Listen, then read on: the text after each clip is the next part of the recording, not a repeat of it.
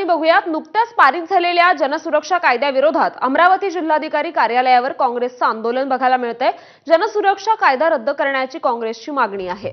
महायुती सरकार विरोधात काँग्रेसने जोरदार घोषणाबाजी देखील केली। काँग्रेस नेत्या यशोमती ठाकूर, खासदार बळवंत वानखेडे जिल्हाधिकारी कार्यालयात दाखल झालेले आहेत। काँग्रेस पक्षाचा आणि एकनाथ शिंदे सध्या बोलतायत, आपण थेट जाऊया। काम हे सगळं आहे, मला त्याच्याशी म्हणजे ह्याच्यामध्ये जायचं नाही, परंतु एवढंच आहे की जेव्हा तुम्ही भ्रष्टाचाराचा आरोप करता त्या आरोप करताना आत्मपरीक्षण करण्याची आवश्यकता आहे। सगळे ऍक्टर दुनिया कॉन्ट्रॅक्टर कोण तेही बघा, शोधा। टेंडर करून मुंबईला विकणारा वेंडर कोण ते पण सांगा, कोण आहे?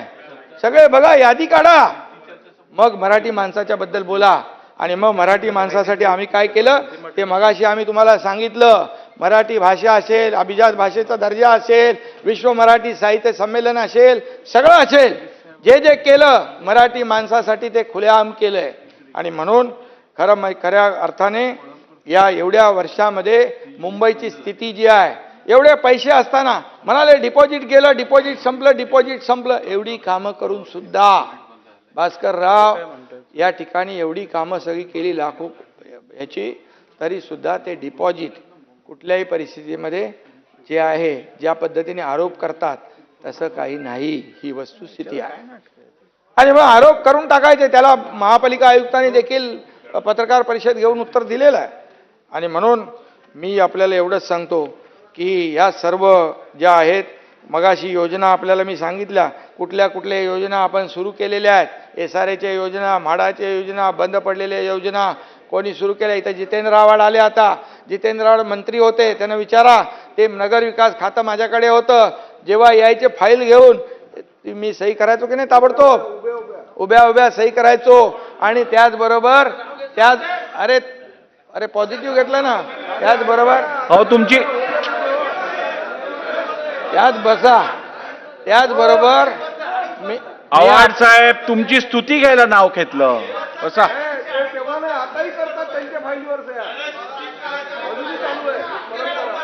आणि म्हणून अध्यक्ष महोदय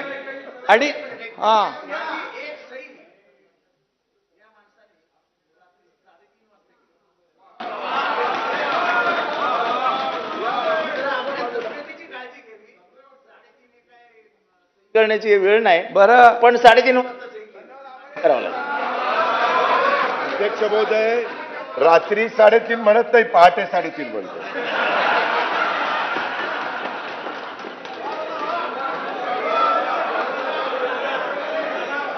आणि म्हणून या ठिकाणी जे काम केलं ते काम बोलतंय, आणि काम बोलतंय म्हणूनच महायुतीला झालेल्या विधानसभेमध्ये लँडस्लाइड मॅन्डेट या महाराष्ट्रातल्या जनतेने दिलं। अरे मी इथंच आहे, काही प्रॉब्लेम नाही आहे। आणि म्हणून या ठिकाणी तुम्ही यायच्या अगोदर आव्हाड साहेब, तुम्ही यायच्या अगोदर सांगितलं किती प्रकल्प रखडले होते, ते आपण कसे नियमामध्ये बदल केले, त्याच्यामध्ये आपण कसे चालना दिली हे मी सांगितलं। आणि हजारो लाखो घरं आता या मुंबईमध्ये होतील, मुंबईकर जो बाहेर गेलेला आहे तो पुन्हा मुंबईत येईल, ही भूमिका आपली होती। आणि म्हणून या ठिकाणी होऊन जाऊ द्या, काय तुम्ही पण काय केलं, आम्ही पण काय केलं, सांगा, ओपन आपली चर्चा होऊ द्या। आणि म्हणून या ठिकाणी मुंबईसाठी, या मुंबईमध्ये आज मुंबईचे सफाई कर्मचारी अध्यक्ष महोदय मुंबई स्वच्छ करतात। खरा मुंबईचा हिरो सफाई कर्मचारी आहे असं मी म्हणायचो। डीप क्लीन ड्राईव्हला जायचो, नाले सफाईला स्वतः मुख्यमंत्री असताना मी गेलो, आणि तेव्हा त्यांच्या वसाहतींमध्ये मी गेलो, त्या वसाहती एवढ्या म्हणजे दुर्लक्षित होत्या। सर्व 26च्या 26 या ठिकाणी सफाई कर्मचाऱ्यांच्या वसाहती, 2 वसाहती 3 वसाहती पूर्ण कंप्लीट झालं त्याचं काम। आता बघायला आपण गेलो तर समाधान वाटतं, कारण शेवटी जो मुंबई स्वच्छ करतो त्याचं घर स्वच्छ, त्याला सर्व सुविधा पाहिजे। 26च्या 26 सोसायट्या आपण सगळ्या ॲम्युनिटी तिथं देतोय, तिथं ग्राउंड देतोय, तिथं अभ्यासिका देतोय, बाळासाहेब ठाकरे आपला दवाखाना देतोय, सगळं देतोय. बाळासाहेब ठाकरे आपला दवाखाना आपण सुरू केला मुंबईमध्ये 250-300 ठिकाणी झाला ना असलम. आणि दुसरी गोष्ट तिथं जे काही औषधं वगैरे आहेत आता मला या ठिकाणी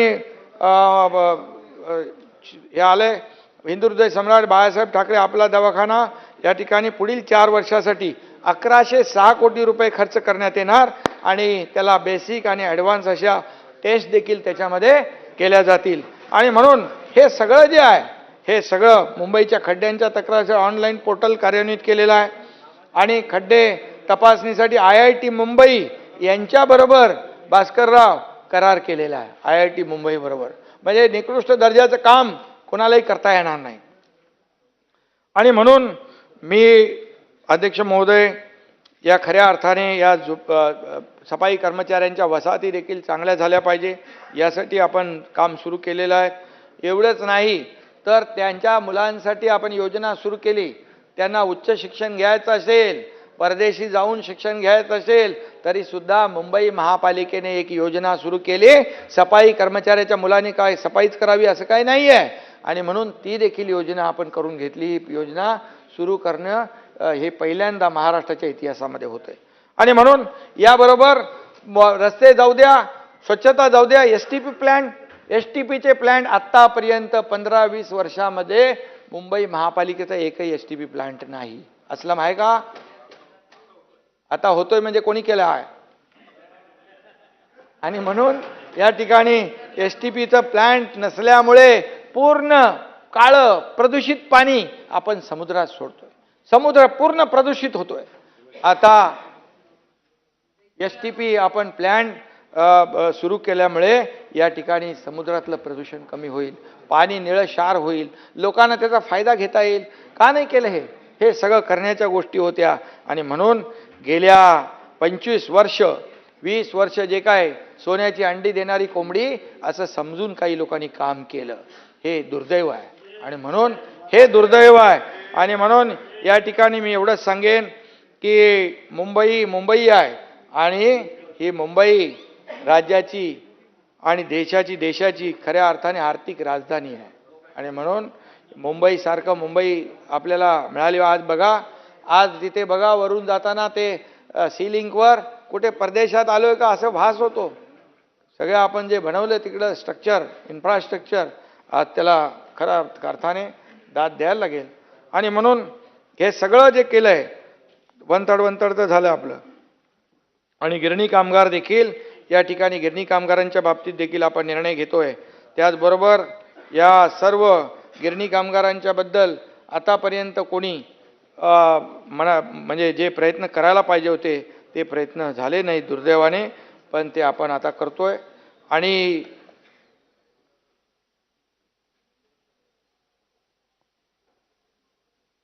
हे जे काही मुंबई आणि MMR हे मुंबई आणि MMR जो आहे हा खऱ्या अर्थाने या विकासाला चालना देणार आहे.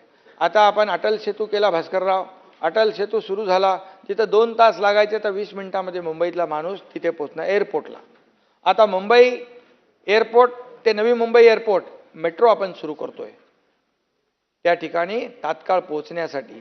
आणि आज त्या ठिकाणी ज्या पलीकडे जिथं लँडिंग होतं त्या भागामध्ये स्पोर्ट्स सिटी होती आहे. त्या ठिकाणी एज्युकेशन सिटी होती आहे. 5 मोठ्या नामांकित जगातल्या शैक्षणिक संस्थांबरोबर मुख्यमंत्र्यांनी करारनामे केले. हे सगळं त्या ठिकाणी होतं आहे. एअरपोर्ट झाला आहे. एअरपोर्ट आता त्याचं लोकार्पण होईल. आणि म्हणून ह्या सगळ्या गोष्टी ज्या आहेत या सर्व बाबी आपण पाहिल्या तर त्या देवेंद्र फडणवीस मुख्यमंत्री असताना मोदीजींच्या हस्ते काही प्रकल्पांची भूमिपूजन झाली. आणि आम्हाला आनंद आहे की त्याचा आज आपण पूर्णत्वास जातोय. मुंबई पुणे अजितदादा गेले मुंबई पुणे हा जो ॲक्सेस कंट्रोल रस्ता आहे द्रुतगती मिसिंग लिंक जगातला रुंद टनेल आहे. जगातला 5+5 लेनचा. आता मुंबई पुणे अर्धा तास भास्करराव अर्धा तास ते अंतर कमी होणार आहे. प्रदूषण कमी होईल, इंधन वाचेल. दर महिन्याला 1 कोटी रुपयाचं इंधन वाचणार आहे. आणि हे सगळं जे आहे हे सगळं जे काही विकासाचं काम आपण करतोय.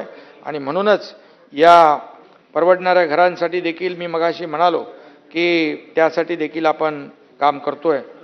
आणि त्याचबरोबर मुंबईतल्या लोकांना या टोल नाक्यावर थांबायला लागायचं, टोल नाके देखील आपण फ्री केले. टोल नाक्यावरचा देखील आपण लाईट गाड्यांसाठी, हलक्या वाहनांसाठी टोल मुक्त केलं. हे मुंबईसाठी केलं आहे आपण. आणि म्हणून आज या ठिकाणी अनेक मुद्द्यांवर अनेक लोकांनी चर्चा केलेली आहे. त्यामध्ये मी त्याला उत्तर दिलेलं आहे. आणि काही लोकांची यामध्ये संरक्षण आस्थापनाच्या बाबतीमध्ये रेल्वेच्या ज्या जागा आहेत त्या रेल्वेच्या जागांसंदर्भात देखील प्रत्येक वेळेला नोटिसा येतात.